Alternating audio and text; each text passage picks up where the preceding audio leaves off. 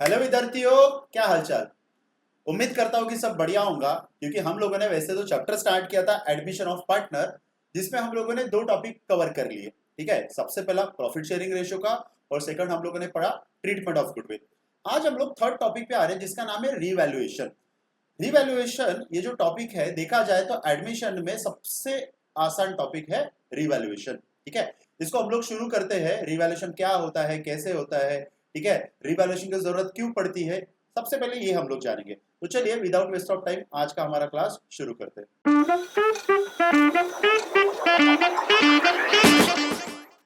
तो जैसा कि आप लोग देख रहे हो, टॉपिक का जो नाम है, टॉपिक है हमारा नंबर 3। ये ध्यान में रखना, टॉपिक नंबर है हमारा 3, जिसका नाम है revaluation of assets and liability. सबसे पहले वैल्यूएशन का मतलब समझो। वैल्यूएशन का मतलब क्या हुआ? वैल्यू निकालना किसी भी चीज का। अब रीवैल्यूएशन का मतलब क्या हुआ? फिर से वैल्यू निकालना। आप बोलोगे सर फिर से वैल्यू निकालना, चलो एक समझते हैं। मान लो कि मुझे अगर कोई प्रॉपर्टी खरीदना है, ठीक है, कोई एरिया में, तो मैंने उसका वैल्यू निकाला, मुझे पता चला कि यार वो प्रॉपर्टी ना आज 10 लाख रुपए में मिल रही है। ठीक है, आज है 2024, ये साल चल रहा है 2024। ठीक है, अब आप लोगों को पता है कि प्रॉपर्टी एक ऐसी चीज है जिसका वैल्यू हमेशा बढ़ता जाता है, मतलब एप्रिशिएट होते जाता है। तो मान लो कि 2034 में अगर मुझे इसको बेचना है, तो मैं क्या करूंगा? क्या मैं 10 लाख में बेचूंगा? नहीं, मुझे क्या करना पड़ेगा? मुझे देखना पड़ेगा कि 2034 में इसका वैल्यू क्या चल रहा है मार्केट में। बट ऑब्वियसली इसका वैल्यू इससे ज्यादा रहेगा। तो मान लो कि ये वैल्यू चल रहा है अभी 15 लाख रुपीज। कितना चल रहा? 15 लाख। इसका मतलब क्या हुआ कि हम लोगों ने सबसे पहले किया वैल्यूएशन, और फिर से उसको फिर से वैल्यू किया, इसीलिए इसको नाम दिया गया रीवैल्यूएशन। ठीक है, ये चीज आप लोगों को समझ में आ रही है, रीवैल्यूएशन मतलब क्या। ठीक है, तो अब बच्चों हम लोगों को इसमें करना क्या है? रीवैल्यूएशन में हम लोगों को दो चीजों को रिवैल्यू करना है, एक एसिड्स को और एक लाइबिलिटी को। अब आप बोलोगे सर रिवैल्यूएशन की जरूरत क्यों पड़ रही थी? ठीक है, रिवैल्यूएशन की जरूरत पड़ रही है क्योंकि नया पार्टनर आ रहा है, और नया पार्टनर आने के पहले, ठीक है, हम लोगों को क्या करना है? बिजनेस के जो भी एसिड्स है और लाइबिलिटी है, इसका रियल वैल्यू, आज के डेट का वैल्यू हम लोगों को निकालना है। अब वो केस में क्या होगा कि कुछ एसिड्स है जिसका वैल्यू इंक्रीज हो जाएगा, लाइक एप्रिसिएशन जैसा लैंड। कुछ है जिसका वैल्यू कम हो जाएगा, लाइक डेप्रिसिएशन जैसे मशीन। कुछ लाइबिलिटी है जिसका वैल्यू बढ़ जाएगा, कुछ लाइबिलिटी है जिसका वैल्यू कम हो जाएगा। तो जब भी नया पार्टनर आएगा ना, तब हम लोगों को उसको बिजनेस का रियल वैल्यू दिखाना है। रियल वैल्यू मतलब आज के डेट में हमारे बैलेंस शीट में जो एसेट्स है और जो लाइबिलिटी है, उसका रियल वैल्यू अभी क्या चल रहा है। ठीक है, तो इसलिए हम लोगों को करना पड़ता है रिवैल्यूएशन। ठीक है, अब रिवैल्यूएशन में देखा जाए, ठीक है, तो सबसे पहले हम लोग जर्नल एंट्री को समझते हैं। ठीक है, बेसिकली यहाँ पे अलग अलग जर्नल एंट्री है। सबसे पहला हम लोग समझते हैं नंबर 1। ठीक है, सबसे पहला देखिए क्या लिखा है, इंक्रीजिंग वैल्यू ऑफ एसिड्स। एक सिंपल रूल ध्यान में रखो, acids account always have debit balance. हमेशा ध्यान में रखना, एसिड्स का कौन सा बैलेंस रहेगा? हमेशा डेबिट बैलेंस। और लाइबिलिटी जो है, ठीक है, लाइबिलिटी का कौन सा बैलेंस रहेगा? लाइबिलिटी का बैलेंस रहेगा क्रेडिट बैलेंस। ठीक है, क्रेडिट बैलेंस। अब इसका मतलब क्या हुआ, देखो, जब कभी भी एसिड्स एसिड्स अगर इंक्रीज होगा तो एसिड्स होगा डेबिट। जब कभी भी एसिड्स अगर डिक्रीज होगा, एसिड्स का वैल्यू अगर डिक्रीज हो रहा है, ठीक है, तो ये होगा क्रेडिट। आप बोलोगे सर ऐसे कैसे? चलो एक एग्जांपल समझते हैं। मान लो कि हमारे पास फर्नीचर है, और हम लोगों ने एक नया फर्नीचर परचेज किया। ठीक है, हमारे पास 6 टेबल्स है, और हम लोगों ने और एक फर्नीचर ऐड किया 7। तो जर्नल एंट्री क्या होगी? याद करो, फर्नीचर अगर परचेज किया तो आप लोग जर्नल एंट्री करोगे यहाँ पे, furniture account debit to cash account, to cash account. अब देखो, फर्नीचर हमारे पास 6 थे, अभी एक एक्स्ट्रा परचेस किया 7, इसलिए फर्नीचर का वैल्यू क्या हुआ? इंक्रीज। और फर्नीचर क्या है? एसिड्स, इसलिए एसिड्स इंक्रीज हुआ, तो क्या किया हम लोगों ने? डेबिट। समझा ये वाली चीज? दूसरा, अगर मान लो कि ये फर्नीचर के ऊपर डेप्रिसिएशन लगा, तो हम लोग डेप्रिसिएशन की एंट्री क्या करते हैं? याद करो, हम लोग करते हैं depreciation account debited to, depreciation account debited to furniture account. अब यहाँ पे जो फर्नीचर है, फर्नीचर का वैल्यू क्या हुआ है? वैसे डिक्रीज। अब ये चीज समझ में आ रही चीज है? तो सिंपल ध्यान में रखना, जब कभी भी एसिड्स का वैल्यू अगर इंक्रीज होगा तो क्या होगा? डेबिट, और डिक्रीज होगा तो क्रेडिट। ठीक है, वैसा ही लाइबिलिटी के बारे में भी है कि लाइबिलिटी का वैल्यू जब इंक्रीज होगा तब यहाँ पे जैसे लाइबिलिटी का क्रेडिट बैलेंस है तो सिंपल ध्यान में रखना, लाइबिलिटी जब कभी भी इंक्रीज होगा तो क्या होगा, क्रेडिट, और लाइबिलिटी जब कभी भी डिक्रीज होगा तो क्या होगा, डेबिट।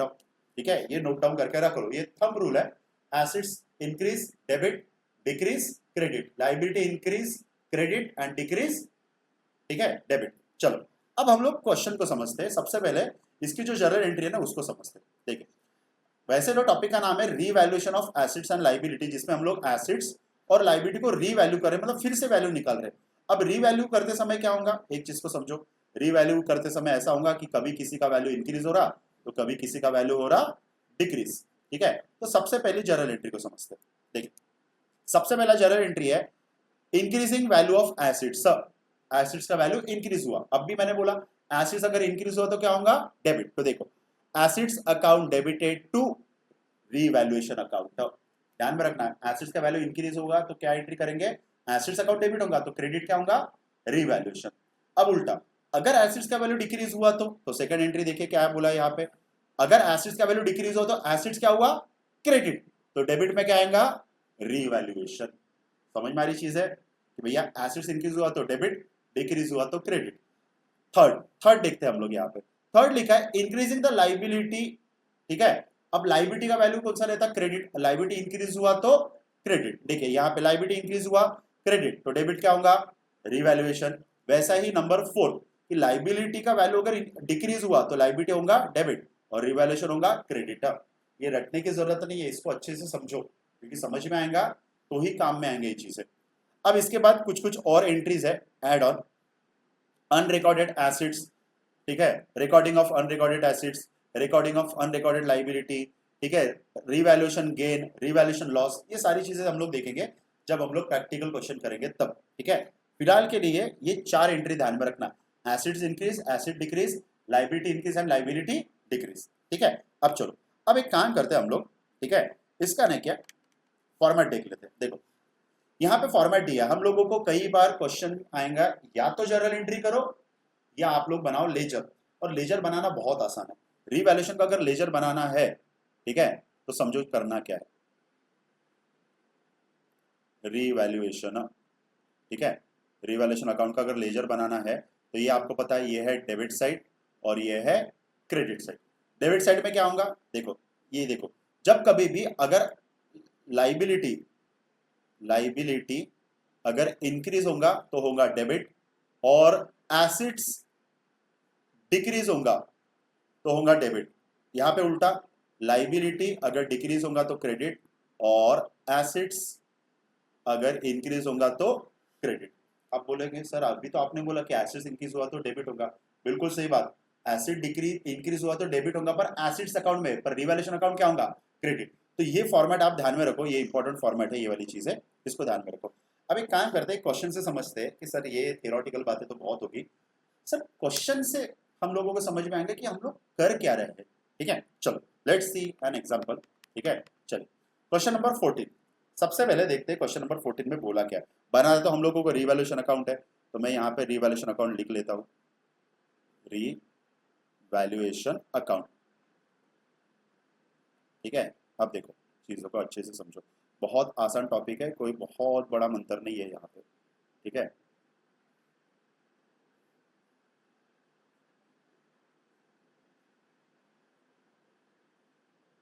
देखो अभी मैंने आप लोगों को बोला रिवैल्यूएशन में करना क्या है कि लाइबिलिटी अगर डिक्रीज हुआ और एसिड्स अगर इंक्रीज हुआ तो होगा डेबिट।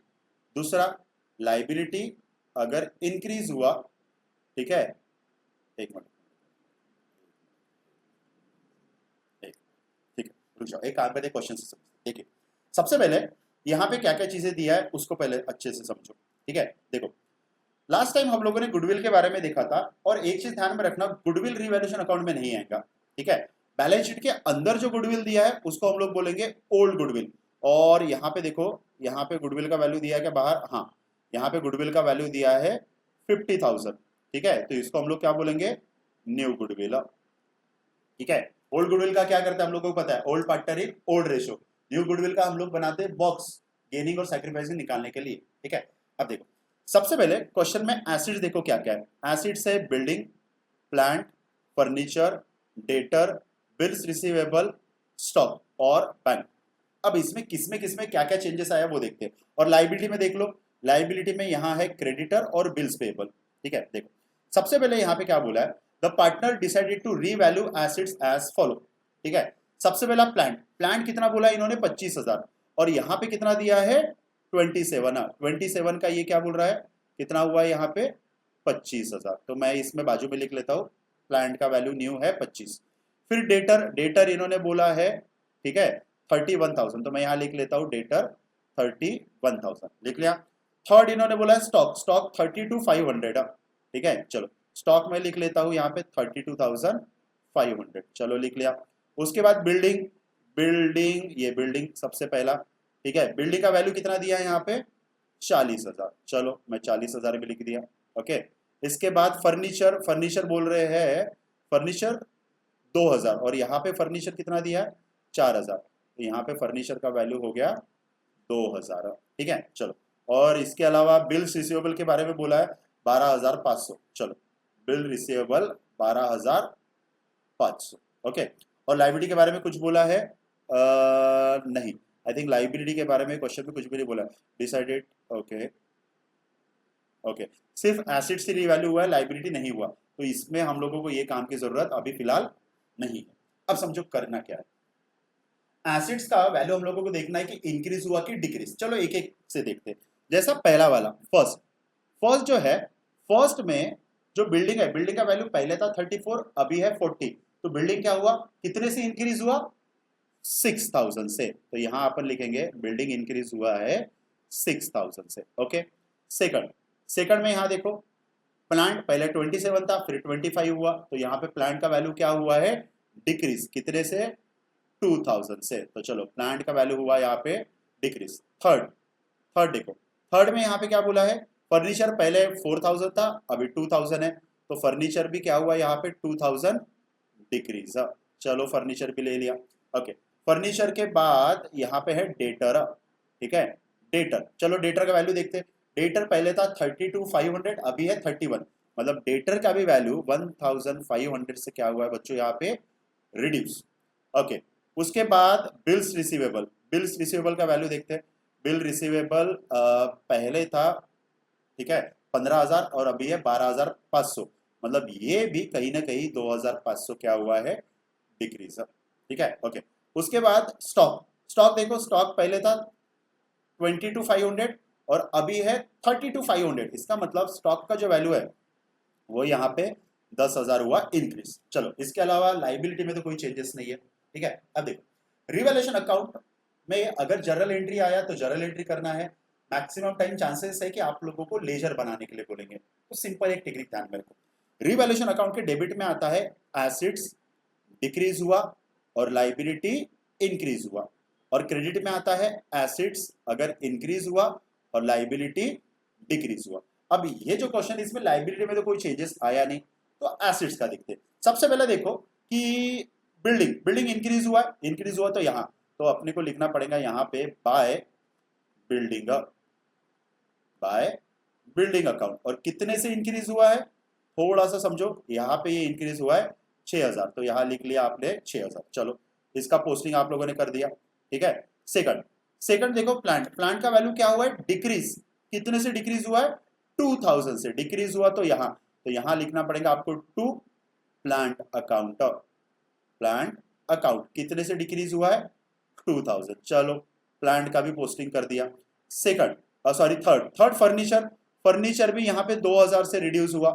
ठीक है, पहले 4 था फिर 2 हुआ, तो फर्नीचर भी रिड्यूस हुआ, इसलिए यहाँ पे लिखना पड़ेगा नेक्स्ट फर्नीचर। ठीक है, चलो ये आप लोगों ने लिख लिया फर्नीचर अकाउंट, और कितना यहाँ पे लिखा 2,000। चलो फर्नीचर का भी पोस्टिंग कर लिया। फर्नीचर के बाद फोर्थ क्या है डेटर, डेटर देखो पहले 31 था, सॉरी 32 था, 31 हुआ, तो ये भी डिक्रीज हुआ। ओहो, सब डिक्रीज ही हो रहा है, क्या बात है। चलो ये भी डिक्रीज हुआ, तो यहाँ लिख लो डेटर कितने से डिक्रीज हुआ है, ठीक है 1,500 से। चलो ये भी लिख लिया। ओके, फिर उसके बाद लो बिल रिसीवेबल भी डिक्रीज हो रहा, तो बिल्स रिसीवेबल को भी डिक्रीज करो, यहाँ पे लिखो 2, मैं शॉर्ट में लिख रहा हूँ बिल्स रिसीवेबल अकाउंट, और ये कितना डिक्रीज हुआ है 2500। चलो ठीक है, हो गया। उसके बाद यहाँ पे देखो स्टॉक जो है ना बच्चों, स्टॉक हुआ है इंक्रीज, तो यहां आपको लिखना पड़ेगा बाय स्टॉक, बाय स्टॉक कितना 10,000। ठीक है, ये चीज समझ में आ रही है आप लोगों को, करेक्ट। तो बेसिकली रिवैल्यूएशन में करना क्या है, रिवैल्यूएशन में जो चेंजेस आया है एसेट्स इंक्रीज होने की वजह से या डिक्रीज होने की वजह से, या फिर लाइबिलिटी इंक्रीज होने की वजह से या लाइबिलिटी डिक्रीज होने की वजह से, तो जो डिफरेंस आया ना वो आप लोगों को सिंपल रिवैल्यूएशन में बताना है, बाकी कुछ नहीं करना है। ठीक है, तो चलो अब सारा पोस्टिंग तो कर लिया, अब बिकॉज ऑफ इसमें लाइबिलिटी में तो कोई चेंजेस है नहीं। ठीक है, तो चलो इसको क्लोज करते हैं। अब देखो इसका कौन सा साइड का टोटल ज्यादा दिख रहा है आपको, देख लेते हैं। ये 4 5 6 7 8, ठीक है, ये 8,000 है और ये है 16,000 है, मतलब इसका कहीं ना कहीं ये साइड का टोटल ज्यादा दिख रहा है आप लोगों को। ठीक है, चलो अब इसको क्लोज कैसे करना समझो। देखो ये साइड का टोटल ज्यादा है, लिख लो यहाँ पे 16,000। ठीक है, यहाँ पे भी लिख लो 16,000। ठीक है, अब 16 में से 1 2 3 4 चारों माइनस करो। ठीक है, तो ये जो है ना, ये 2 और 2 4, 4 और 2 6, 6 7 और 8, मतलब 16,000 में से 8,000 माइनस किया तो बचा कितना 8,000। ये निकला आपका by way of balancing figure, ध्यान में रखना।